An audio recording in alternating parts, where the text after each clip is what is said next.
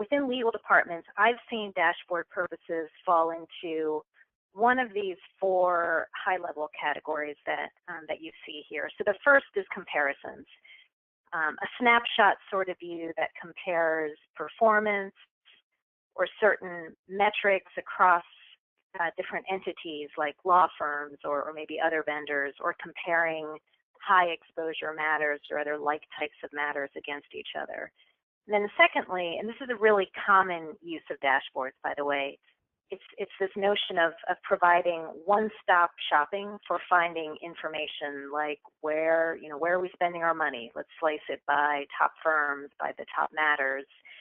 And the value of these dashboards is that they put information right at management's fingertips so they don't have to request reports or to ask for this information on an ad hoc basis when they need it for whatever purpose it may be. And then third, the third column here are what I think of as red flag sorts of triggers, if you will. So there are a few examples that I've listed here, but I've seen these sorts of dashboards be used for highly operational purposes as well. So for instance, flagging invoices that are very old. That might be something that pops up on an operational dashboard. So using a dashboard for these sorts of red flag things, again, it puts information in one place rather than having to rely on either multiple reports that get run or email alerts about certain events that you might get from various systems. And then the last type of dashboard are those that track performance against goals. And these are the types of dashboards that today's webinar is focused on. This is what I'm going to spend our time talking about. So I've seen an increase over the last couple of years, I'd say, in requests for dashboards to support specific initiatives within legal departments. So most legal departments, I'm sure many of you on this call, are under pressure to find ways to demonstrate value and have been exploring various tactics to help you with achieving these challenging goals, which generally boil down to trying to do more with less. And using dashboards here are helpful in a couple of different ways. They help leaders manage to the goals that they've set. Just the cliche of measuring helps you manage. But they also can be used to demonstrate success upward, right? Upward to the general counsel to show the tactics that you've been working on and the goals that you've set and whether you're achieving them, right? And as well as not just the general counsel, but the rest of the business wants to see the value that the legal department is adding. And then before I jump into several examples, I want to emphasize the importance of choosing optimal visualizations in your dashboards. So if the end user can't look at the data being displayed and quickly see the story that it's telling, either the visualization could be streamlined or improved, or the information didn't actually lend itself to being presented in a dashboard in the first place. And the type of chart that you choose when we're talking about visualizations and graphs, it's a big piece of this.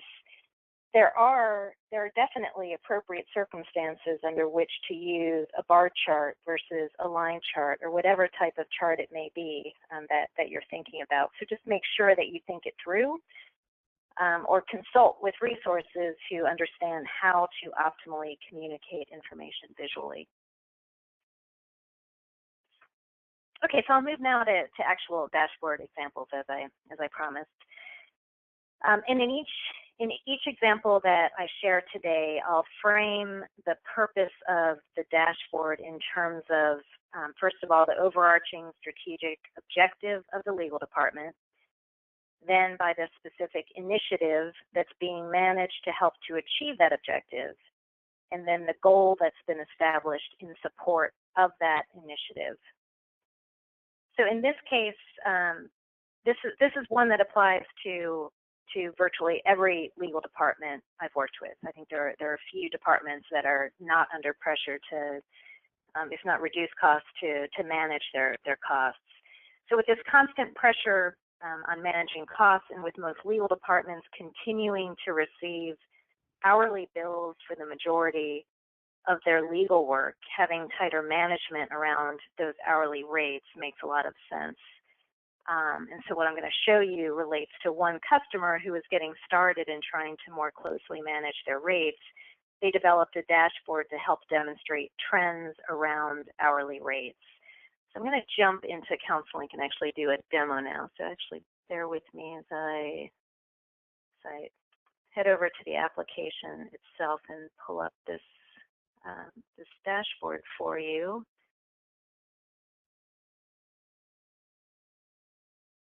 And as you might expect when trying to do a live demo, I'm going to have to log back into it, so bear with me for just a moment as I pull this example up.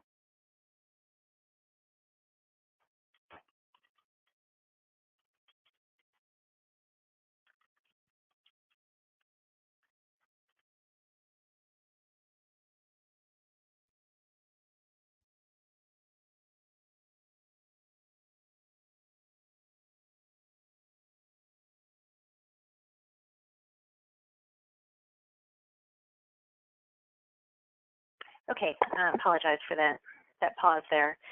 So I'm showing you a dashboard now that looks a little bit busy, and I want you to keep in mind as well that I'm using demo data here. So I'm using some dummy data that we have set up in order to be able to share what some visualizations look like without actually sharing information from any of our customers. So let me walk you through what this dashboard is showing you. So at the top, the bar charts, the red bar charts, tell me that my weighted average hourly rate has well more than doubled from $218 to $542 when I'm comparing 2016 to my partial year of 2017 to date. And then the lower section with the bubble charts breaks the department down into primary matter types. So I've got contracts and advisement, employment, et cetera, and breaks each of those into the 2 different years. And then each circle that you see represents a different law firm office. So if I hover over it, you can see which law firm office, in this case, Palin, Wilson & Jones in New York. I can also look at that. There's a legend that's available here. I can expand the legend to see that information within the legend as well. So each circle represents a different law firm, and then the placement on it horizontally tells me the average hourly rate billed by that firm. And the size of the bubble is relevant too. The reason some are larger than the other ones is that they represent the volume that each of those firms have billed me. So the larger bubbles are going to carry much more weight in terms of how they affect my overall rate. So you can see that this firm has billed me nearly $700,000, whereas some of the smaller bubbles are more like $100,000. So if I just glance at this dashboard, I can quickly see that a big reason my rates are so much higher this year is that I have a lot more litigation. So if you focus on this section, and patent prosecution work.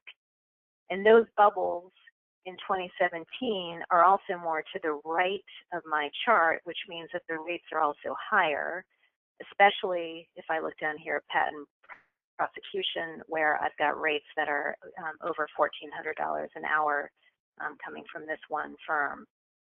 So at a high level, if I'm looking at this sort of visualization, my expectation, my goal would be that within a specific type of legal work, and within 1 year especially, I wouldn't want to see much variability from left to right if I had a granular enough level of matter types. And I could, within this dashboard, drill into a lower level or more granular level than just litigation more broadly to be able to show that. So that's one of my goals, or one of my concerns in looking at this data would be just the breadth of rates that I'm paying for different types of litigation. And I wouldn't want to see each firm's rate increasing significantly year to year. So if I look at this purple dot, which is Palin, Wilson & Jones, New York, in 1 year, same firm in the next year, they've increased their rate to 484 from 440, and that is, of course, on average. So clearly, overall, in the case of this department, again, I want to emphasize dummy data, there's a lot of opportunity for improvement.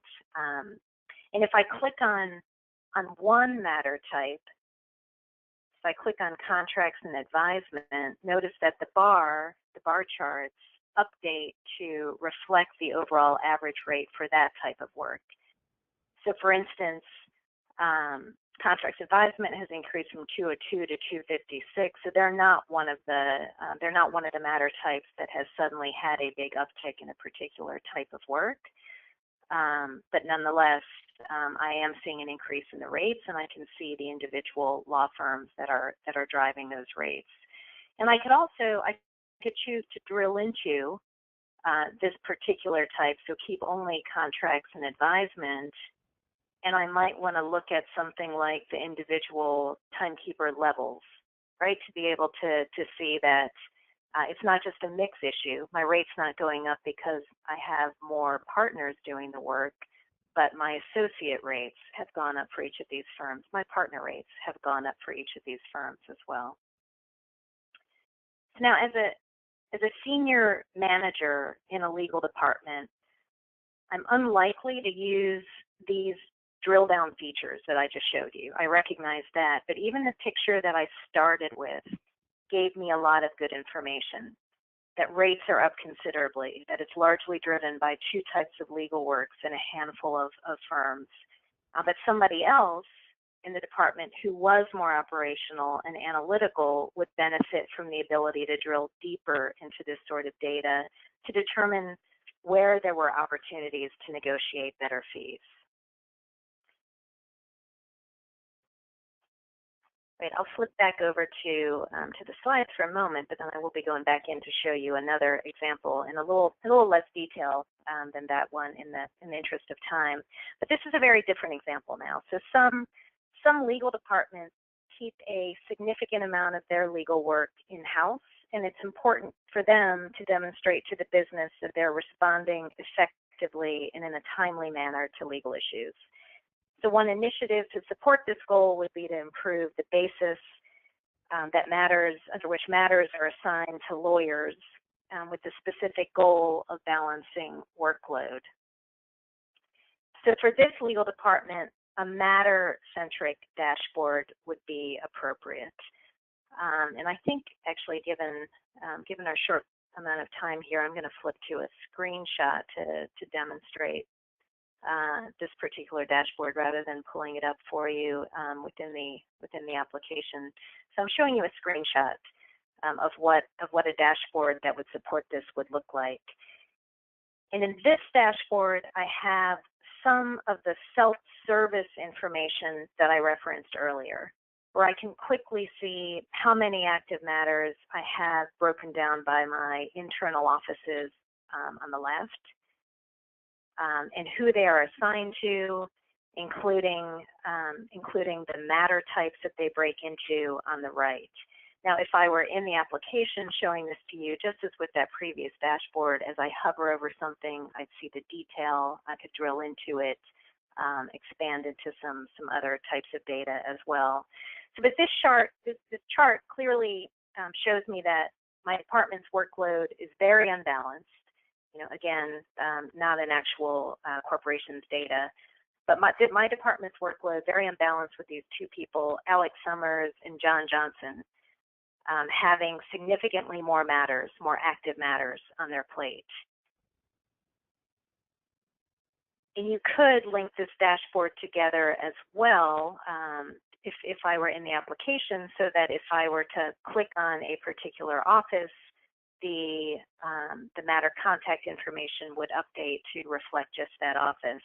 Now, the CounselLink customer who is using a similar sort of dashboard, so I've created this off of some demo data, but we worked with a customer who had this specific need.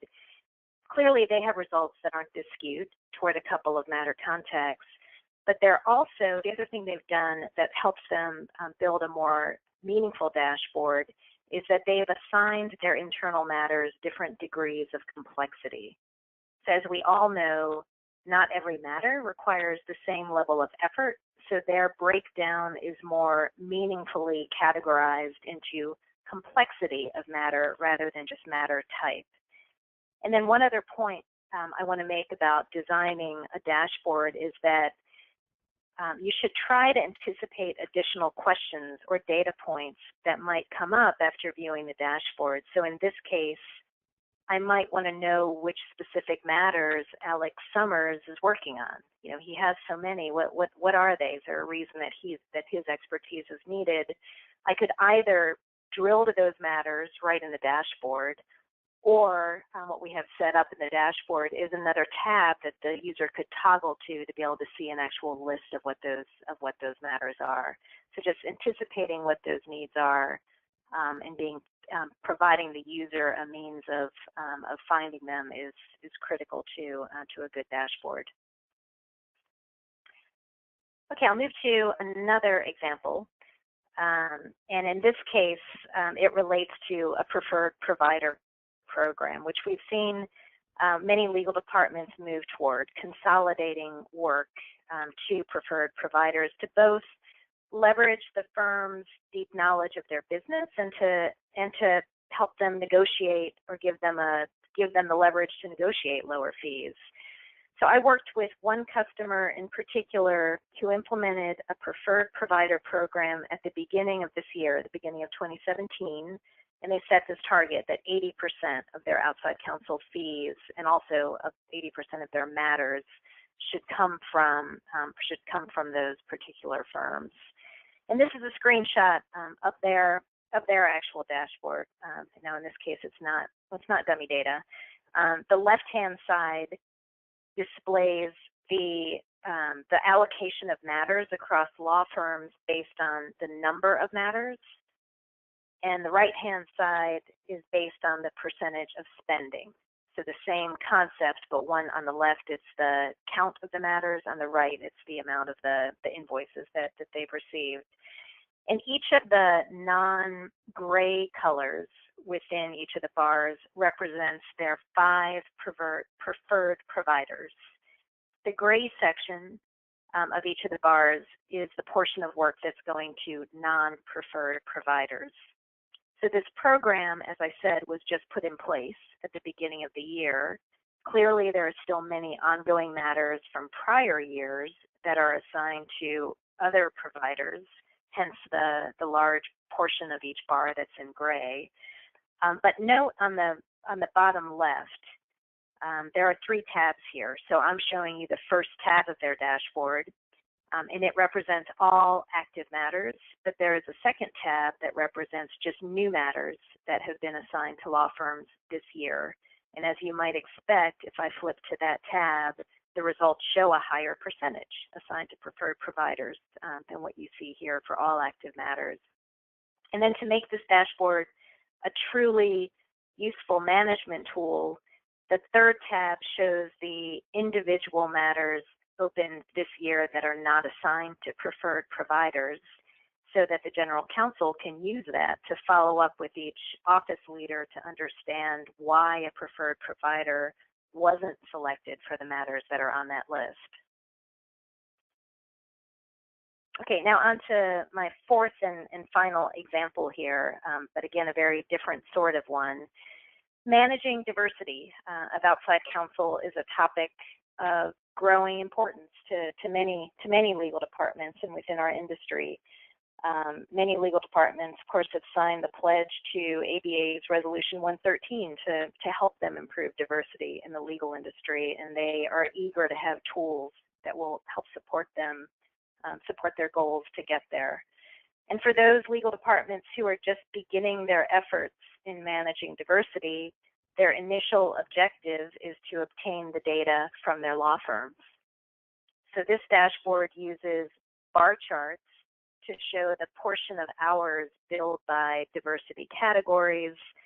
On the left-hand side, The purple portion represents women, the green portion represents men. Over on the right-hand side, the different colors represent the race categories within each bar, and then the gray sections on both sides represent timekeepers who haven't provided diversity data. So an end user of this dashboard can change the view to look at particular timekeeper titles, particular levels, and drill to different types of legal work as well. And this one too contains a tab that helps them evaluate which timekeepers have not provided them data related to diversity. So different sort of dashboard altogether, but as you can see, the needs of dashboards really do depend upon what your initiatives are and what sort of things you're trying to support within the department.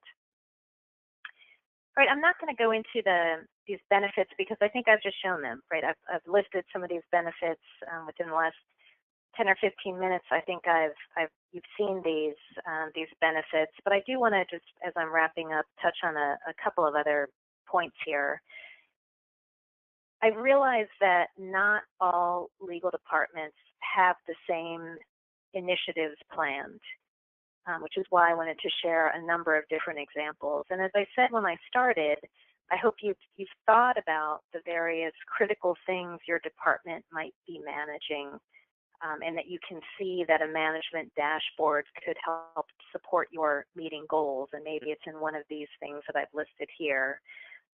And by no means is there a finite set of initiatives that dashboards can support. So I encourage you to continue to think about the things that you're working on that might benefit from a dashboard to help you manage them. And a few keys to success, just as we wrap up. Primarily, I think the one I want to mention is that any initiative, any key initiative that a legal department needs to manage has to be championed by the general counsel and upper management in general. And a dashboard is never going to be a replacement for that support. And even having a dashboard is not going to help you achieve that objective if you don't have that support. And then with that, I think we may have a few minutes for questions. I know we're at the end of our time, but I thought I'd pause and see if any questions had come in. If you have any questions or looking for more information on either types of dashboards that might be useful or optimal ways of visualizing information, I welcome your questions. Please feel free to contact me. So Marielle, is there any questions from the audience or any time to address anything else? Yes, thank you for that very informative session, Chris. We have just a couple of minutes, so if you would like to submit a question, please do so using the question box in the panel, and we will address a question momentarily. So the first question that we have is, how do most managers view the dashboards? Do they have to be in CounselLink to do this? Right. Okay. So, well, some do. Some upper managers will access the data in CounselLink, and as I showed in that demo, I think they're unlikely to actually really drill around or play with the data. But to look at the initial snapshot that is set up is certainly something that I have seen many high level, including general counsels, do within CounselLink. But it's not the only way to see the data. You can set up subscriptions so that a report, the dashboard, can be generated, sent via PDF or in the body of an email to whoever might want to look at it. You can share. Somebody looking at it can share the information with management if they think there's something important that they should see. Of course, the benefit to being in it in CounselLink is the hover over capabilities and the interactivity of that the dashboard provides, but it is not the only way for management to view the information. Okay, great. That's all the time that we have for today. So thank you for joining us, everyone. And as you exit, please note that there will be a brief survey. We really appreciate your feedback about today's webinar and any suggestions you may have for any future webinar topics. So thanks, and everybody enjoy the rest of your day.